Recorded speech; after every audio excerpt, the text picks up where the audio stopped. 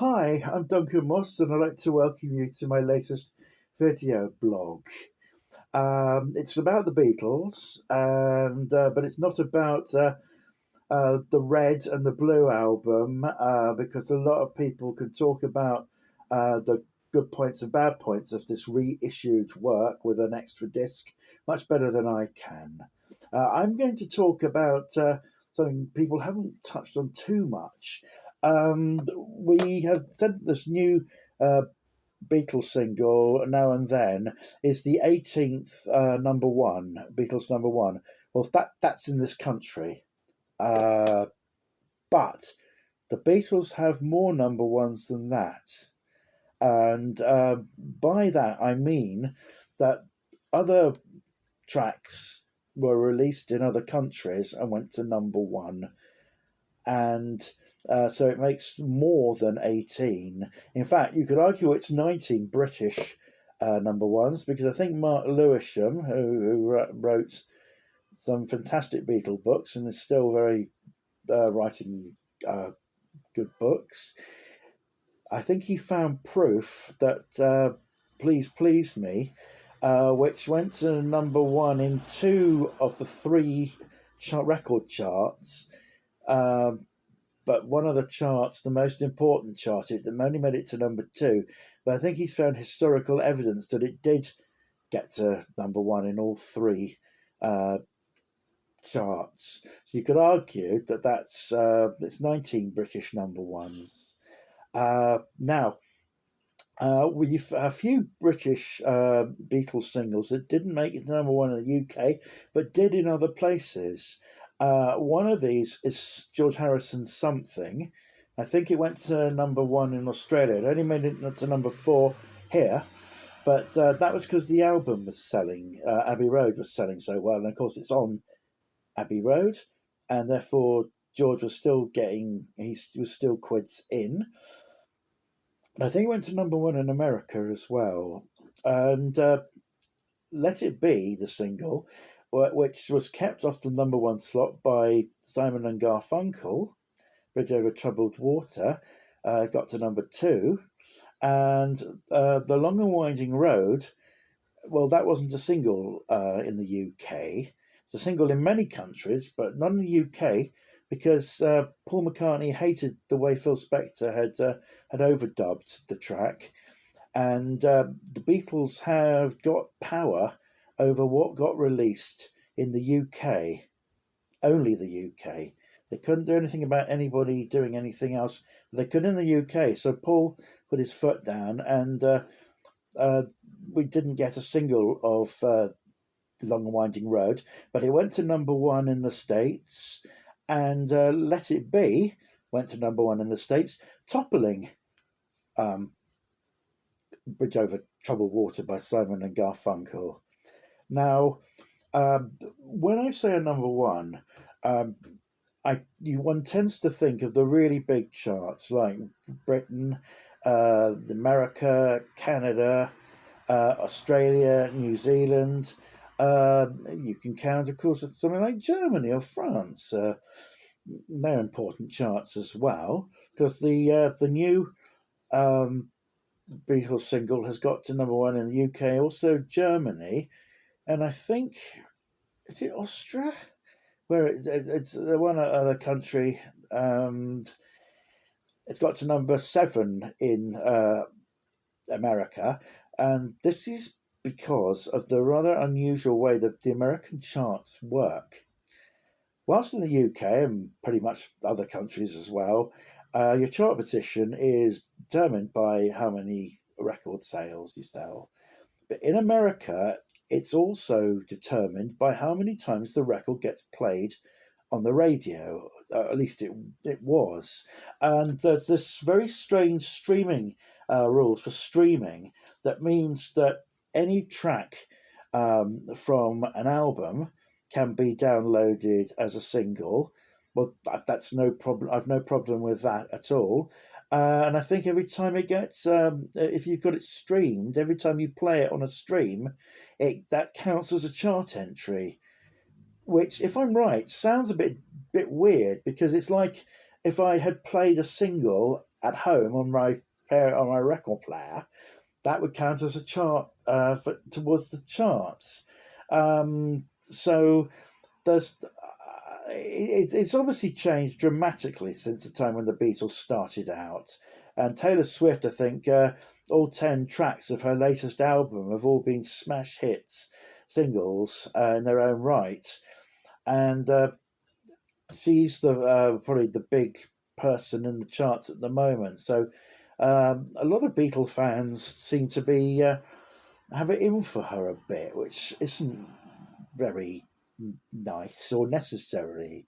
I don't know any of her work really. Perhaps I want to play a few tracks, but I'm sure she's a lovely lady, and she's a product of her time, like the Beatles were. Uh, and I wish her many more years of success. And I just wonder, is she a sort of modern answer to someone like Dusty Springfield? I wonder.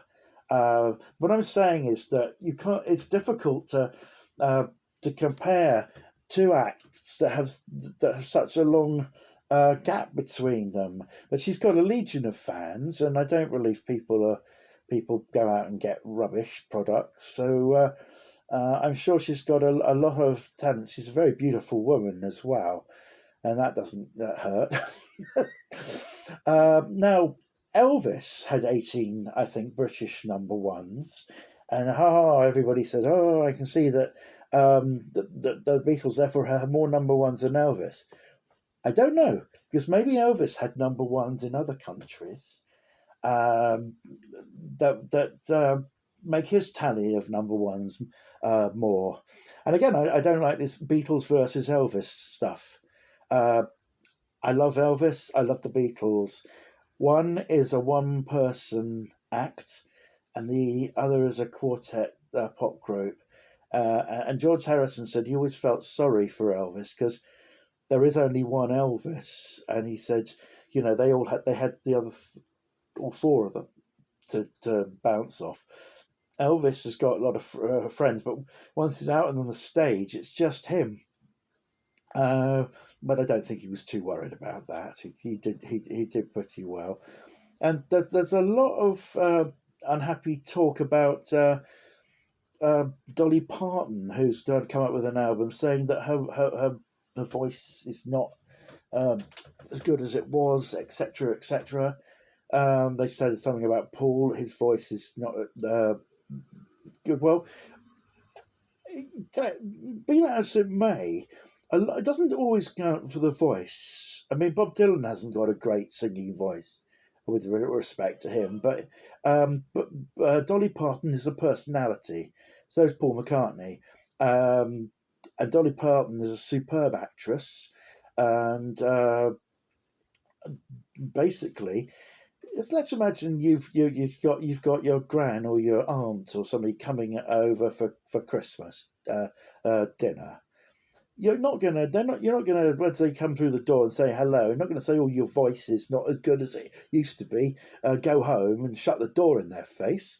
If you're a fan of these people, you love them, and you will buy their work, and uh, maybe if vocals are not as a star gets older or more mature, there's all sorts of things you can do. You can have duets to help you along. You can, but I haven't heard Dolly Parton's version of "Let It Be," but I'm looking forward to hearing it. Now, there's other works that went to number one. Yesterday was released as a single in the 60s. It was in the 70s in the UK, but it was a number one in America. And I'm trying to think of a couple of others uh, that were in earlier works that were number one in America. I can't quite place them at the moment. Uh, I think Michelle was the number one in the States, and possibly Nowhere Man. But there are a lot more Beatle number ones, in my opinion, than uh, than 18, because I think if it just makes it to number one in one of the major charts, then it's an official number one, and it's because America has always been been Beatle singles in a massive amount, and they've always wanted more singles for the American market. Uh, but it's just great that the Beatles continue to uh, delight all, and there's lots of excitement. Uh, I'm not happy with the new mix of "I Am the Walrus." The last 30 seconds are quite painful. Uh, if you've got the original, an earlier version, stick with that. And well, this is Duncan Moss signing out. I think I've said everything I need to say. Uh, just I hope there'll be lots of new Beatle releases in the future, uh, but I'm sure that we haven't had the last big thing from them. Okay, well, take care, everyone, and if you'd like to subscribe to my video channel, I'd love to have you. If you like this, then please tick the like button and forward it to a friend. Anyhow, you all take care. God bless. Bye.